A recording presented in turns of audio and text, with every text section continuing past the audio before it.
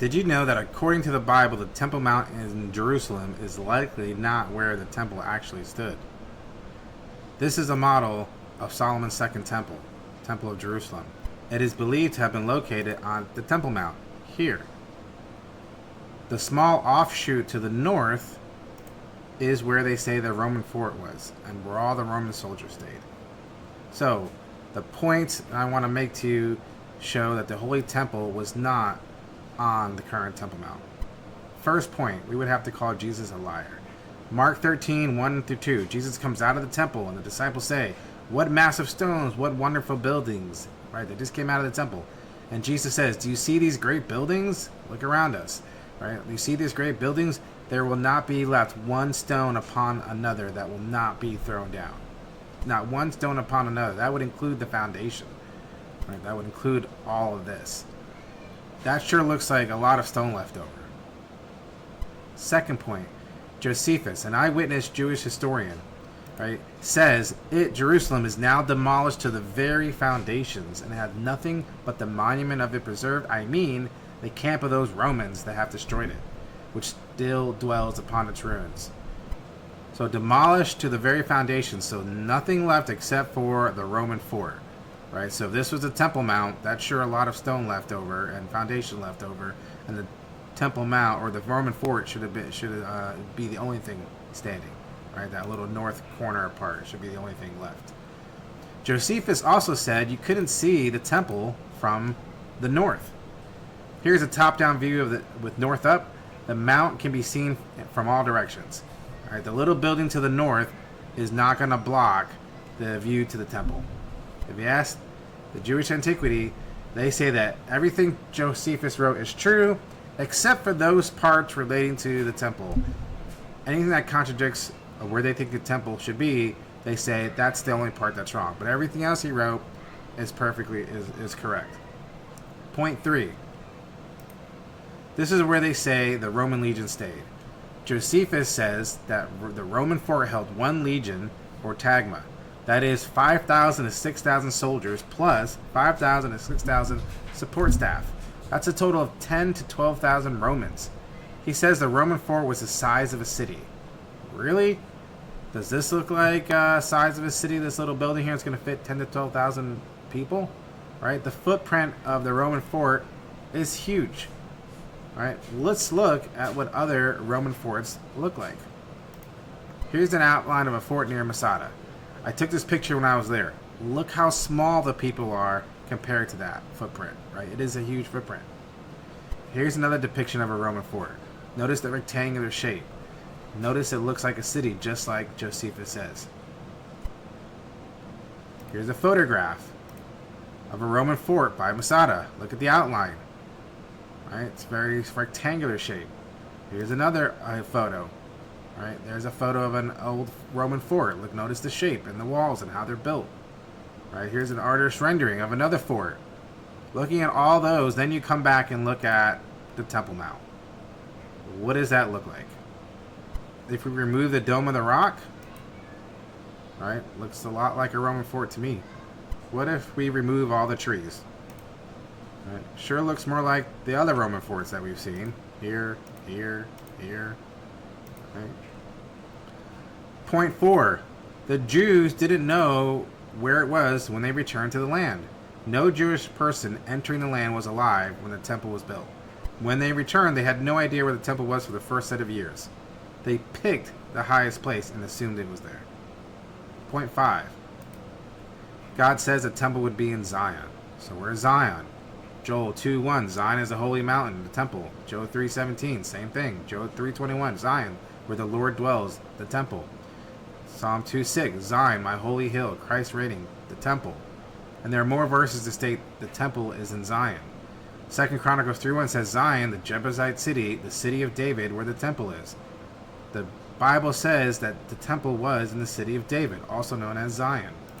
From the Bible, we understand that the Zion is in the city of David. Right, where is the city of David? Here, south of the temple. David purchased a threshing floor, and the temple was built over that. The temple was built in Zion, or the city of David. This is where the city is another view of where the city is, right south of the Temple Mount. Right, and you can go there today now. This is based on the model they have over at Jerusalem. Point 6.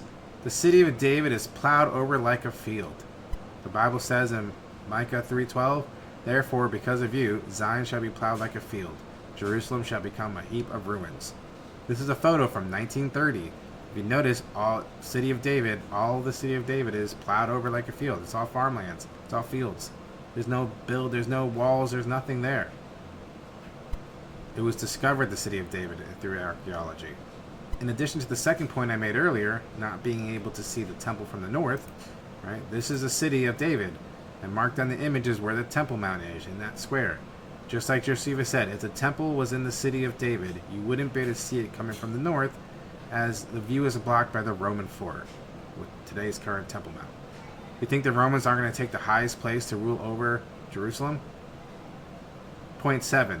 There is a spring of a fountain within the temple. Joel 3:18. And a fountain shall come forth from the house of the Lord.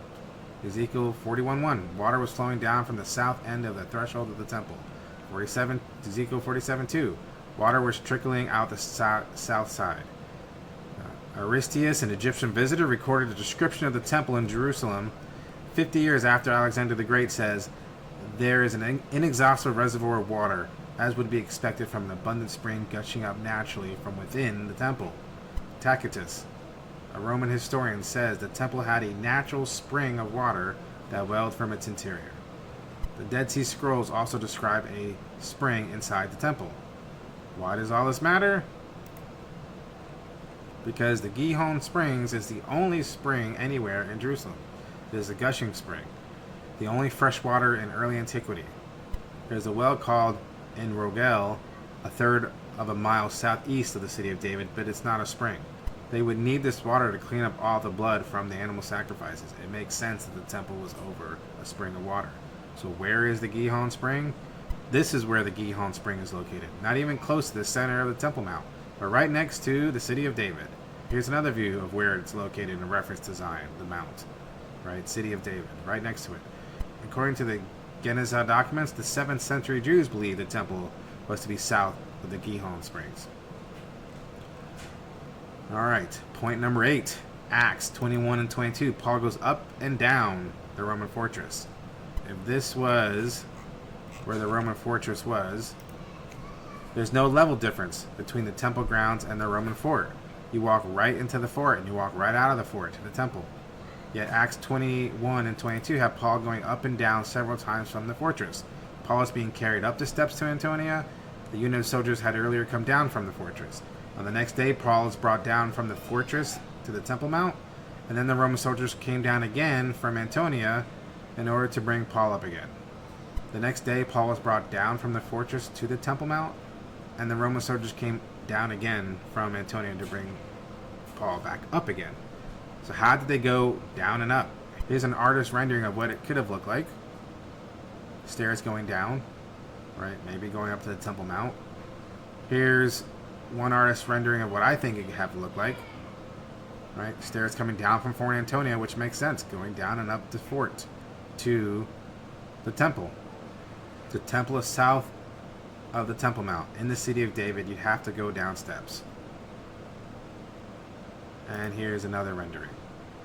This one even has the 600-foot bridge that Josephus mentions that existed. Josephus talks about a twin 600-foot bridge, which would fit if the Temple Mount was south down here. Where's that bridge today? Points 9, 10, 11, 12. The temple was built on the thrashing floor that David purchased. Only one thrashing floor has been found in the city of David, and none in the Temple Mount. Now, is this the one? Maybe it is, maybe it's not, but it's the only one that's been found. During Temple Mount renovations, when they were cleaning up for the Dome of the Rock, they were disposing of all the trash and excavations. They wouldn't let anybody inside. But what was found in the trash being dumped? Many Roman toilets were found, which is a very odd thing to find on the Temple Mount of where the temple supposedly was. King David's tomb was buried against the south wall of the temple, yet it can't be found at the Temple Mount. They've searched and searched because the temple's south wall was really in the city of David and not where they think it currently is. When King Solomon built the temple, he built the labyrinth of tunnels underneath it, yet there are no labyrinth of tunnels under the Temple Mount. Jewish antiquities will not allow archaeologists to do any type of ground-penetrating radar in the city of David to prove where the temple really is or find the tomb. Suspicious. Last point, point 13, the engraving. In AD 138-161, forgive me for pronouncing his name incorrect, Titus Aelius Hadrianus Antonius was the emperor. Located here, there's a stone with an engraving on it that calls the Roman emperor by name. I took this picture when I was there. I've seen it with my own eyes. It is basically a summary that says, to Titus, his full name, father of the fatherland, Pontiacs, decreed by Decurion. Decurion was a commander of 10 men or also a member of city council or town council. This is for Antonius, dedicated to the emperor. There's no way Jews built this temple and then put that on the wall. So when you ask them about it, they say it was moved there afterwards and used just for repairs. That this is not where it was originally. I'd believe that maybe if points 1 through 12 didn't exist. So, now you know there is strong evidence that the real location of the Holy Temple is south of the current Temple Mount, in the city of David. This is why I believe in the end times the Jews will eventually discover this and admit to it. And then they can rebuild the temple without getting into war with the Muslims and trying to take over the Dome of the Rock. When I was there in person, I asked our Jewish tour guide, with all this evidence, what do you think? They said, we have to keep praying at the Western Wall. If we admit it's not the temple, it would be like admitting we've been praying to the wall of the Nazis this whole time. They basically were saying they were too proud and too embarrassed to change it now without undeniable evidence. So it's ingrained into their culture to pray at the Western Wall. That's it. I also have evidence that Jesus wasn't crucified at Gordon's Calvary, but elsewhere. If you're interested in that, let me know. I'll do a video. If you want to look up more info on the temple and its location, check out Robert Carnook's book, Temple. Also, if you like this temple model, I sell these on my TikTok shop and Etsy store, as well as the Ark of the Covenant. Thanks for watching.